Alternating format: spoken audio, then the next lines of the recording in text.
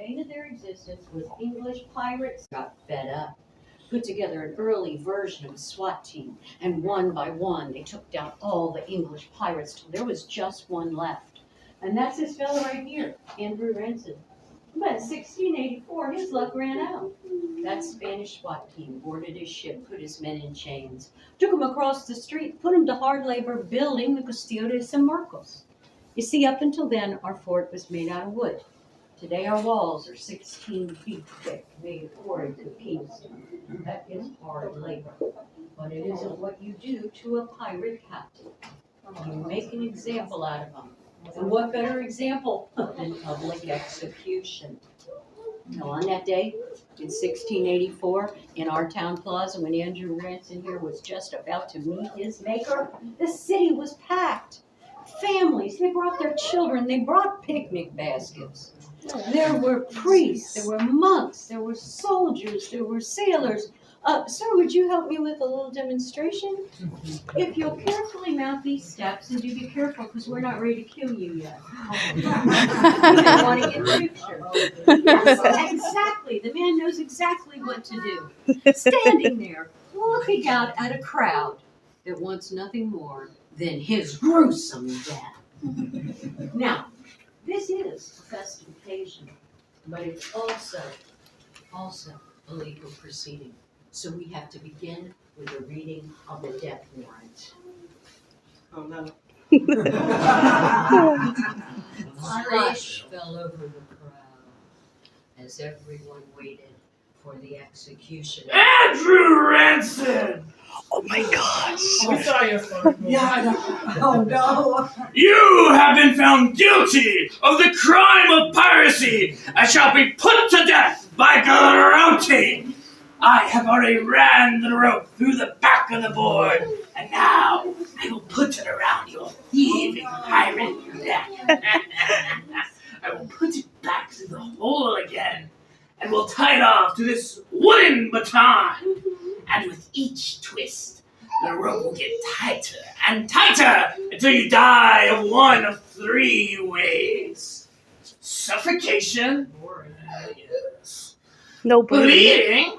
Bleeding, or the crowd's favorite, and my personal favorite, decapitation! Yeah! Yes. No! And afterwards, The governor has invited us all for tea and cookies. Where is he at? Which way? You won't be there. Oh, This is a festive occasion. There are people in this crowd who want to place bets on how many turns of the rope it takes to end the life of this filthy, thieving pirate. In as vile a voice as we can manage, we are going to start the countdown on the first turn of the rope.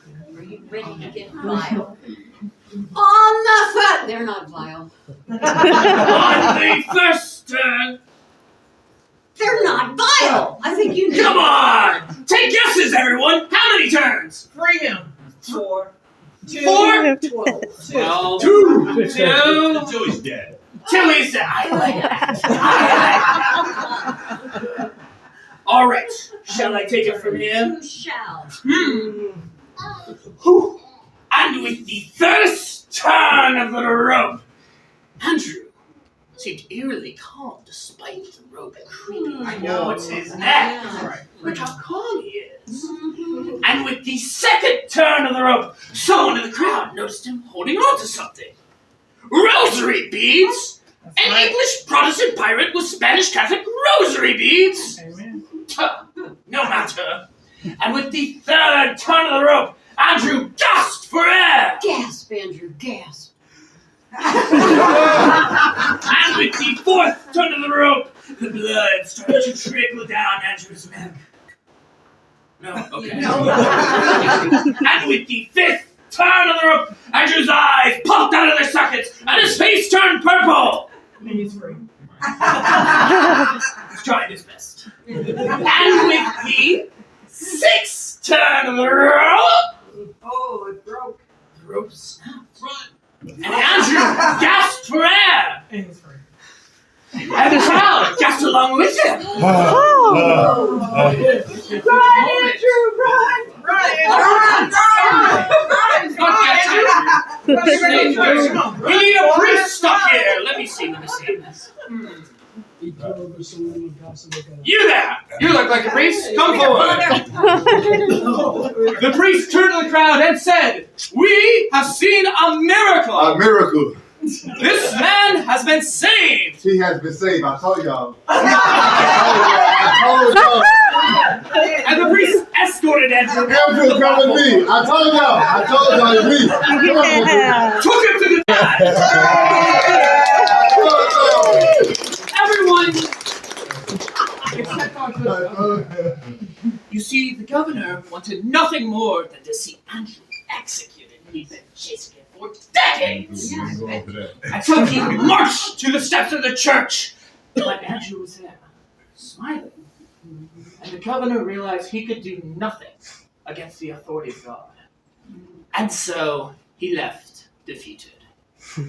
Andrew stayed in St. Augustine for years under the protection of the church, and even agreed to help the town out in exchange for his freedom, of course. So, he finished the construction of the Castillo di San Marcos, and in the English siege of 1702, Andrew, an English pirate, may I remind you, was interrogating his own men, fellow English pirates, on behalf of the Spanish.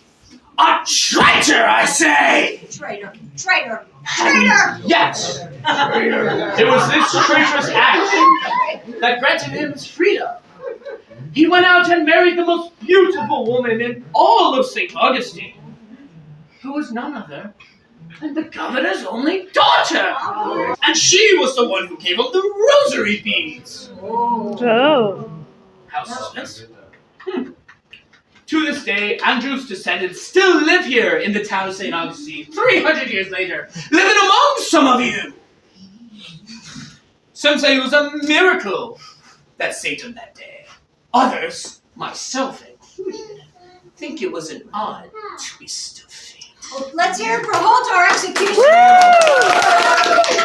Let's hear it together for Andrew and the Yeah. grandson. Yeah.